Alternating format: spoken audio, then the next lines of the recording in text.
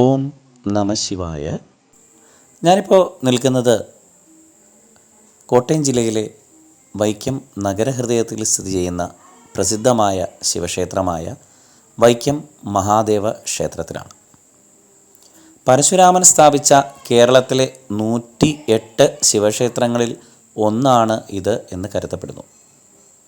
10 ഏക്കറിൽ കൂടുതൽ വരുന്ന സ്ഥലത്ത് കിഴക്കോട്ട് ദർശനമായിട്ടാണ് വൈക്കം ക്ഷേത്രം സ്ഥിതി ചെയ്യുന്നത്. ശ്രീ പരമേശ്വരൻ ശ്രീ പാർവതിയോടൊപ്പം ഈ ക്ഷേത്രത്തിൽ പ്രതിഷ്ഠിക്കപ്പെട്ടിരിക്കുന്നു. ഇവിടുത്തെ മഹാദേവന് അന്നദാനപ്രഭു എന്നൊരു പേരുമുണ്ട്. ക്ഷേത്രാങ്കണത്തിൻ്റെ വടക്കേയറ്റത്ത് 2 നില ഊട്ടുപുര, അവിടെ ക്ഷേത്ര കലാപീഠവും പ്രവർത്തിക്കുന്നുണ്ട്. ഊട്ടുപുരയുടെ വടക്കുമാറി അമ്പലക്കുളവും ക്ഷേത്രത്തിൻ്റെ പടിഞ്ഞാറു ഭാഗത്ത് വേമ്പനാട്ട് കായൽ നീണ്ട് നിവർന്ന് കിടക്കുന്നുമുണ്ട്. ഇനി ക്ഷേത്രത്തിലെ മറ്റ് പ്രതിഷ്ഠകൾ. ആകെ 3 ഗണപതി പ്രതിഷ്ഠകളുണ്ട്. 2 നാലമ്പലത്തിനകത്തും 1 പുറത്തുമാണ്. സുബ്രഹ്മണ്യൻ, നാഗദൈവങ്ങൾ, പനച്ചിക്കൽ ഭഗവതി എന്നിവരാണ് ക്ഷേത്രത്തിലെ ഉപദേവതകൾ. വൃശ്ചിക മാസത്തിൽ കറുത്ത പക്ഷത്തിലെ നവമി ആറാട്ടായുള്ള ഉത്സവവും അതിനിടയിൽ വരുന്ന വൈക്കത്തഷ്ടമിയുമാണ് ക്ഷേത്രത്തിലെ പ്രധാന ആണ്ടുവിശേഷം. കൂടാതെ ധനുമാസത്തിലെ തിരുവാതിര, കുംഭമാസത്തിലെ ശിവരാത്രി, കുംഭാഷ്ടമി ചെറുപ്പ്, മണ്ഡലകാലം, വിഷു എന്നിവയും വിശേഷമാണ്. തിരുവിതാംകൂർ ദേവസ്വം ബോർഡിൻ്റെ കീഴിലാണ് ഈ മഹാക്ഷേത്രം. സ്ഥലനാമം. വൈക്കത്തിന് എങ്ങനെ ആ പേര് വന്നു നോക്കാം. ഒരിക്കൽ ശിവലിംഗത്തിൻ്റെ അറ്റം കണ്ടെത്തിയതായി അസത്യം പറഞ്ഞ കുറ്റത്തിന് ഭഗവാൻ ശിവൻ ബ്രഹ്മാവിൻ്റെ 5 തലകളിലൊന്ന് വെട്ടിമാറ്റി. ഇതേ തുടർന്ന് ഭഗവാനെ ബ്രഹ്മഹത്യാപാപം ബാധിച്ചു.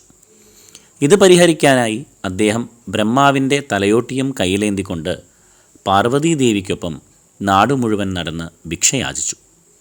പലരും ഭഗവാന് ഭിക്ഷയായി പലതും കൊടുത്തു. എന്നാൽ തലയോട്ടി നിറഞ്ഞാൽ അതപ്പോൾ തന്നെ അദ്ദേഹം ഭസ്മമാക്കി കളഞ്ഞു. അങ്ങനെ 12 വർഷം കഴിഞ്ഞു. ഭഗവാൻ ദേവിയോടൊപ്പം ഇന്ന് ക്ഷേത്രമിരിക്കുന്ന സ്ഥലത്തെത്തി. അപ്പോഴും തലയോട്ടി നിറഞ്ഞിരിക്കുന്നുണ്ടായിരുന്നു. എന്നാൽ പതിവിന് വിപരീതമായി ഭഗവാൻ തലയോട്ടി വയ്ക്കാമെന്ന് പറഞ്ഞു. അങ്ങനെ വയ്ക്കാം എന്ന പ്രയോഗമാണ് വൈക്കം ആയതെന്ന് വിശ്വസിച്ചു വരുന്നു. ഇപ്പോൾ വൈക്കം ക്ഷേത്രത്തിൽ പോയാൽ വളരെ പ്രസിദ്ധമായിട്ടുള്ള വടക്ക് പുറത്തെ പാട്ട് അതിൽ നമുക്ക് ഭാഗമാവാം. എന്താണ് ഈ വടക്ക് പുറത്തെ പാട്ട്? വൈക്കം മഹാദേവ ക്ഷേത്രത്തിൽ 12 വർഷത്തിലൊരിക്കൽ ഭദ്രകാളി പ്രീതിക്കായി ദേവിയുടെ കളമെഴുതി 12 ദിവസവും പാട്ടും പാട്ടുകാലം കൂടുന്ന നാൾ ഗുരുതിയും നടത്തുന്ന ചടങ്ങാണ് വടക്ക് പുറത്തെ പാട്ട്.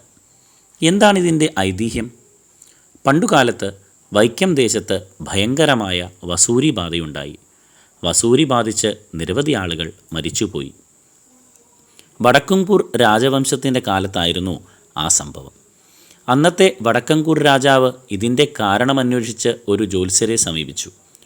ചൊവ്വയുടെ കോപം കൊണ്ടാണ് വസൂരി ഉണ്ടായതെന്നും ചൊവ്വയുടെ പ്രീതിക്ക് ഭദ്രകാളി ഭജനമാണ് പ്രധാനമെന്നും കേരളത്തിലെ ഏറ്റവും പ്രസിദ്ധമായ ഭദ്രകാളി ക്ഷേത്രമായ കൊടുങ്ങല്ലൂർ ക്ഷേത്രത്തിൽ ഒരു മണ്ഡലകാലം ഭജനമിരിക്കണമെന്നും ജ്യോത്സ്യൻ കണ്ടെത്തി. അതനുസരിച്ച് രാജാവ് കൊടുങ്ങല്ലൂരിലെത്തി ഭജനം തുടങ്ങി. 41 ദിവസം രാത്രി അദ്ദേഹത്തിന് ഭഗവതിയുടെ സ്വപ്നദർശനമുണ്ടായി. വൈക്കം ക്ഷേത്രമതിലിനകത്ത് 12 വർഷം കൂടുമ്പോൾ തന്നെ പ്രീതിപ്പെടുത്തുന്നതിനായി 12 ദിവസവും കളമെഴുത്തും പാട്ടും അവസാന ദിവസം ഒരു ഗുരുതിയും നടത്തണമെന്ന് രാജാവിൻ്റെ തലയ്ക്കൽ വെച്ചിട്ടുള്ള വാൾ കൊണ്ടുപോയി ആ ദിവസങ്ങളിൽ പ്രതിഷ്ഠിക്കണമെന്നുമായിരുന്നു ഭഗവതിയുടെ ഉപദേശം. കണ്ണു തുറന്നു നോക്കിയ രാജാവ് തൻ്റെ തലയ്ക്കൽ ഒരു വാൾ കിടക്കുന്നത് കണ്ടു. പിറ്റേ ദിവസം കൊടുങ്ങല്ലൂർ ക്ഷേത്രദർശനം നടത്തിയ രാജാവിൻ്റെ മുന്നിൽ വെളിച്ചപ്പാട് പ്രത്യക്ഷപ്പെടുകയും താൻ സ്വപ്നത്തിൽ പറഞ്ഞതുപോലെ ചെയ്താൽ എല്ലാ ദുരിതങ്ങളും ഒഴിയുമെന്ന് പറയുകയും ചെയ്തു. അതനുസരിച്ച് രാജാവ് വൈക്കത്ത് മടങ്ങിയെത്തി. വടക്കുപുറത്ത് പാട്ടിനുള്ള ഒരുക്കങ്ങൾ തുടങ്ങി. സ്വപ്നത്തിൽ പറഞ്ഞതുപോലെ എല്ലാ കാര്യങ്ങളും രാജാവ് ചെയ്തു. അങ്ങനെ വൈക്കത്ത് വസൂരി രോഗം ഇല്ലാതായി. പിന്നീട് ഇതുവരെ വസൂരി ഉണ്ടായതായി കേട്ടിട്ടില്ല. ഞാൻ നേരത്തെ സൂചിപ്പിച്ചിരുന്നു, വൈക്കം മഹാദേവൻ അന്നദാന പ്രഭുവാണ്. അന്നദാനം മഹാദാനം എന്ന് നമ്മളും കേട്ടിട്ടുണ്ട്. ഈ ക്ഷേത്രത്തിൽ 3 നേരവും അന്നദാനം നടക്കുന്നുണ്ട്. നമ്മളെല്ലാവരും മീശമാധവൻ എന്ന സിനിമ കണ്ടിട്ടുണ്ടാവും. അതിൽ ഒടുവിൽ ഉണ്ണികൃഷ്ണൻ അദ്ദേഹത്തിൻ്റെ വീടിൻ്റെ വാതിൽ അടയ്ക്കുന്നതിന് മുമ്പ് അത്താഴ പട്ടിണിക്കാരുണ്ടോ എന്ന് ചോദിക്കുന്ന ഒരു രംഗമുണ്ട്. അത് നമ്മൾ സിനിമയിൽ മാത്രമേ കണ്ടിട്ടുള്ളൂ. എന്നാൽ അതേ രംഗം നിങ്ങൾക്ക് നേരിട്ട് കാണണമെങ്കിൽ വൈകിട്ട് രാത്രി സമയത്ത് അത്താഴ പൂജ സമയത്ത് എല്ലാം കഴിയുമ്പോൾ ഇതേ ഒരു ദൃശ്യം നമുക്ക് വൈക്കത്ത് ക്ഷേത്രത്തിലും കാണാൻ കഴിയും. ക്ഷേത്ര നട അടയ്ക്കുന്നതിന് മുമ്പ് അത്താഴ പട്ടിണിക്കാരെങ്കിലും ഉണ്ടോ, ആരുമില്ല എന്ന് ഉറപ്പ് വരുത്തിയതിന് ശേഷം മാത്രമേ നട അടയ്ക്കുക പതിവുള്ളൂ. അതുപോലെ തന്നെ ബാക്കി എല്ലാ ക്ഷേത്രങ്ങളിലും അന്നദാനം ആരംഭിക്കുന്നത് എല്ലാ പൂജകൾക്കും ശേഷമാണ്. എന്നാൽ ഇവിടുത്തെ ഒരു പ്രത്യേകത, ഭഗവാൻ ശിവേലിക്ക് എഴുന്നള്ളുമ്പോഴേക്കും അന്നദാനം ആരംഭിക്കും. കാരണം അന്നദാനപ്രഭുവായ വൈക്കത്തപ്പൻ എഴുന്നള്ളുമ്പോൾ തൻ്റെ ഭക്തജനങ്ങൾ അന്നം സേവിക്കുന്നത് അദ്ദേഹത്തിന് കാണാൻ വേണ്ടിയിട്ടും കൂടിയാണ്.